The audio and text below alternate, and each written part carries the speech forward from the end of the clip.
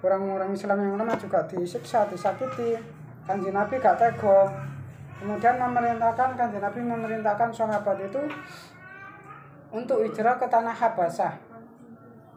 Jadi disuruh hijrah ke tanah Habasyah. Walaupun Raja Habasyah itu bukan orang Islam, tapi Raja Habasyah itu bijaksana. Bukan orang Islam tapi bijaksana, yaitu raja yang adil. Jadi tidak pernah dolime nanggone kaumnya. Akhirnya sama Kanjeng Nabi orang Islam disuruh hijrah nanggone Raja Habasyah atau tanah Habasyah.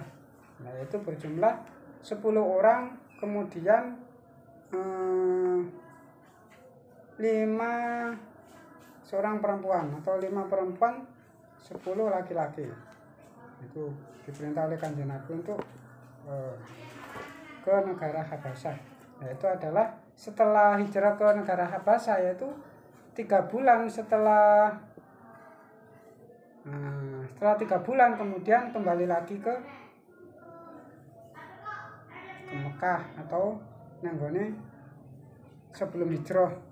Nah itu adalah awal pertama kali umat Islam atau orang Islam hijrah ke tanah Habasyah.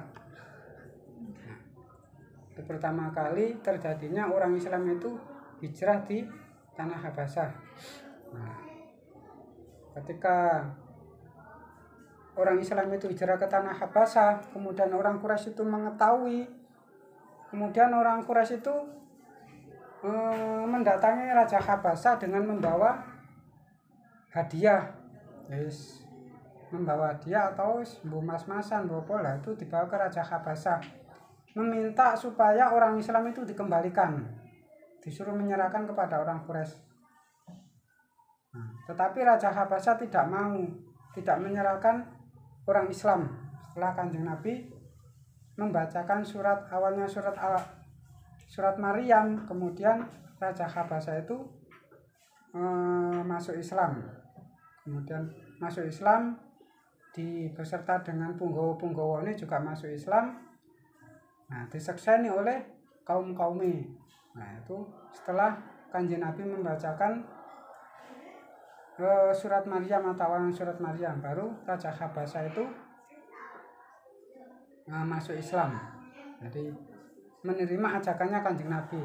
Jadi awalnya Raja Habasyah itu adalah bukan memeluk Islam, tapi raja sing adil, tidak pernah mendolimi nanggone kaum. Makanya umat Islam itu disuruh hijrah ke tanah Habasyah.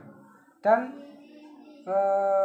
terjadinya sholat mayit, yaitu ketika hijrah ke tanah Habasyah dan Raja Habasyah meninggal, kemudian Malaikat Jibril mendatangi Kanjeng Nabi supaya untuk mensolati sholat jenazah. Nah itu terjadinya sholat jenazah. Kanjeng Nabi mensolati Ratu Habasyah yang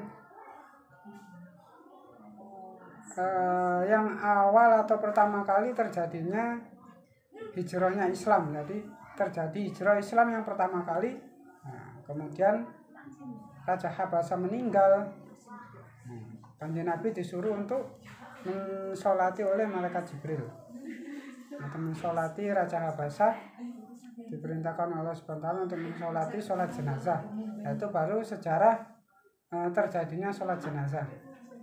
Nah, ketika orang Quraisy mendatangi Raja Habasyah dengan membawa hadiah, ternyata dengan tangan hampa atau sia-sia, pulang dengan tidak membawa apa-apa, jadi sia-sia.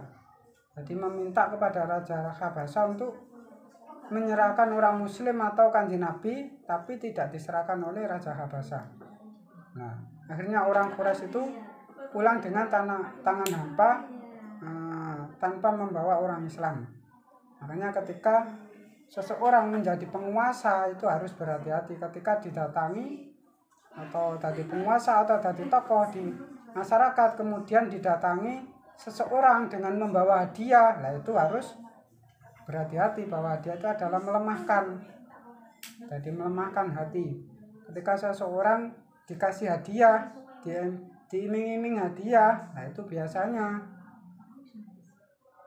imannya itu luntur.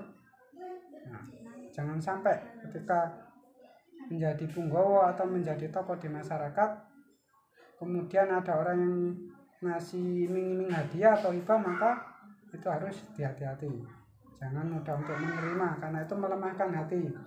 Nah, wes hati ini lemah, akhirnya keyakinannya atau tauhidnya hilang.